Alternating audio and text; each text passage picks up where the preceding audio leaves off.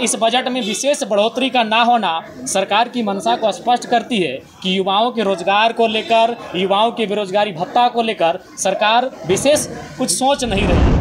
तमाम हालात को जीतने के बाद वो नियुक्ति ना मिलने के कारण हार गया, वो बेरोजगारी भत्ता ना मिल पाने के कारण हार गया, इस राज्य में एक अस्थायी नियोजन नीति नहीं हो पाने के कारण आज वह युवा हार गया है। नियुक्ति दिया, किसे दिया? राजस्थान के 150 नौजवानों को, आपसे छुपा नहीं है। नियुक्ति दिया गया, 33 यूनिवर्सिटी में 33 बहाली हुई, 32 कहाँ के? दिल्ली के, उत्तर प्रदेश के, बिहार के, बंगाल के, एक झारखंड का।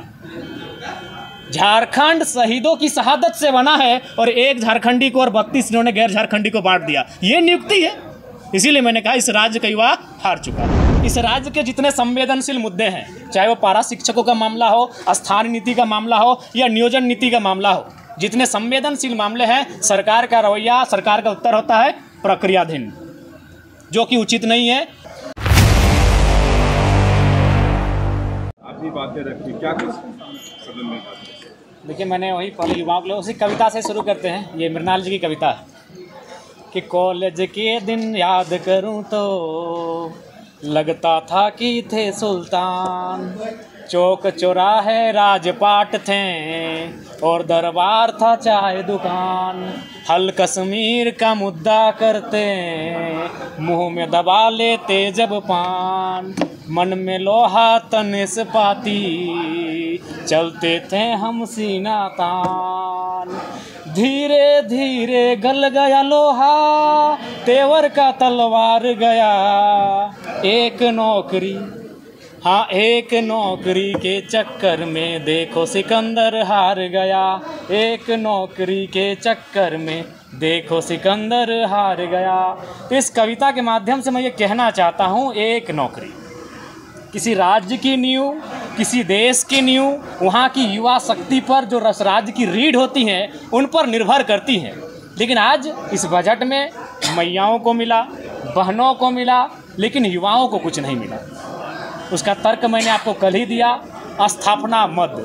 स्थापना मद में पिछले बजट की तुलना में इस बजट में विशेष बढ़ोतरी का ना होना सरकार की मंशा को स्पष्ट करती है कि युवाओं के रोजगार को लेकर, युवाओं के बेरोजगारी भत्ता को लेकर सरकार विशेष कुछ सोच नहीं रही है।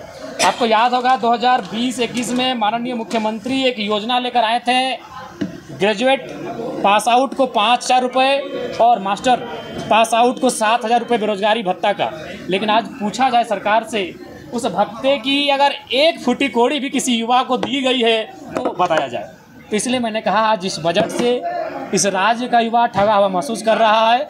वह युवा जो अपने मध्यम वर्ग परिवार से ताल्लुक़ रखता है, गाँवों कस्बों खेत की पगडंडियों से होकर शहरों तक आता है अपनी पढ़ाई पूरी करने के लिए, और वो हर चीज़ सिकंदर की तरह वो हर चीज़ को जीतता है। मौसम से लड़ता है, अंधेरी रातों से लड़ता है, सुबह की ठंड से लड़ता है, एक 10 बाय 10 के कमरे में 10 साल व्यतीत करता है। लेकिन आज वो तमाम हालात को जीतने के बाद वो नियुक्ति ना मिलने के कारण हार गया, वो बेरोजगारी भत्ता ना मिल पाने के कारण हार गया, इस राज्य में एक अस्थायी नियोजन नीति नहीं हो पाने के कारण आज वह युवा हार गया है।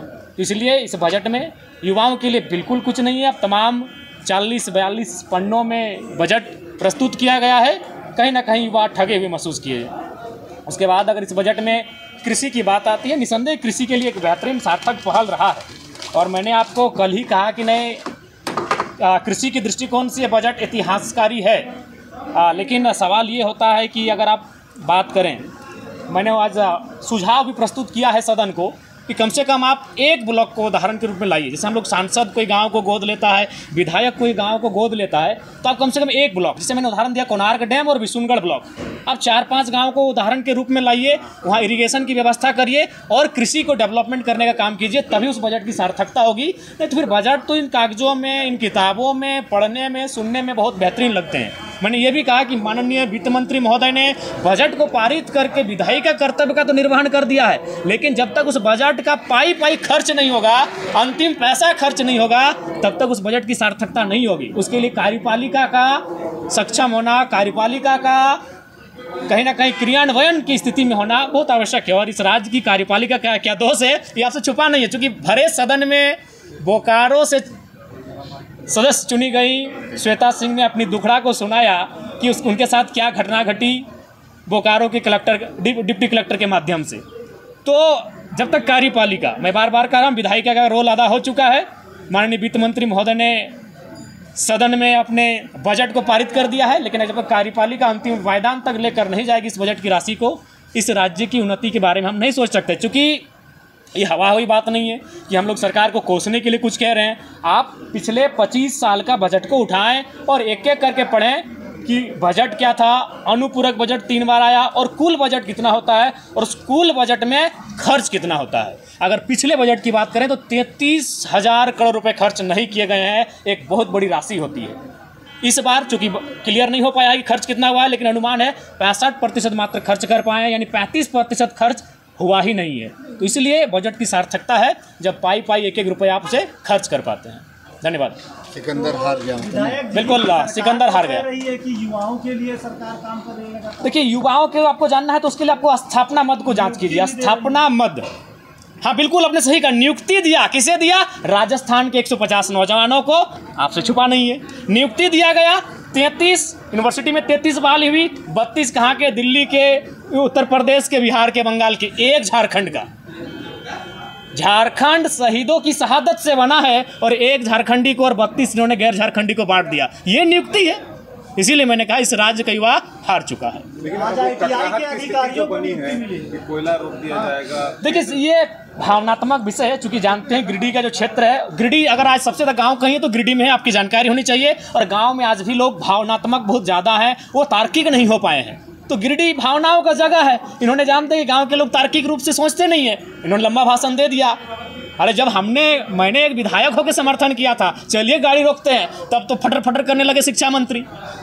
कुछ नहीं, ये मंचों का भाषण इनका अलग है और सदन में बैठकर कार्य करते हैं वो अलग है। उसके बाद जो कोयला में आप बात कर रहे हैं बकाये की, उस बकाया में अगर वास्तविक रूप से अगर जांच किया जाए और वास्तविक रूप से अगर तार्किक रूप से तथ्यों के साथ अगर आंकड़ों को स्पष्ट किया जाए तो सरकार का नहीं, इंडिविजुअल व्यक्ति का दावा बनता है, क्योंकि उसमें मैक्सिमम राशि जमीन की है, लैंड संबंधित राशियां हैं और लैंड जिनकी है पैसा उनका है, वो इंडिविजुअल है। धन्यवाद। आप लोगों ने 132 का खतियान में उठाया था मामला, मैंने उठाया, उसका क्या? उनका सवाल था प्रक्रियाधीन। इस राज्य के जितने संवेदनशील मुद्दे हैं, चाहे वो पारा शिक्षकों का मामला हो, स्थानीय नीति का मामला हो या नियोजन नीति का मामला हो, जितने संवेदनशील मामले हैं, सरकार का रवैया, सरकार का उत्तर होता है प्रक्रियाधीन, जो कि उचित नहीं है।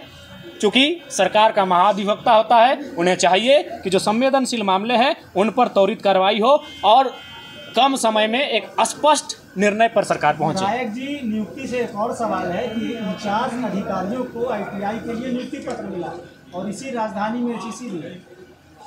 देखिए, इस विषय को मैंने सुना आपके माध्यम से पहली बार है, इसको मुझे संज्ञान में लिया, इस पर मुझे जानने दीजिए, फिर इस पर बहस करेंगे। धन्यवाद।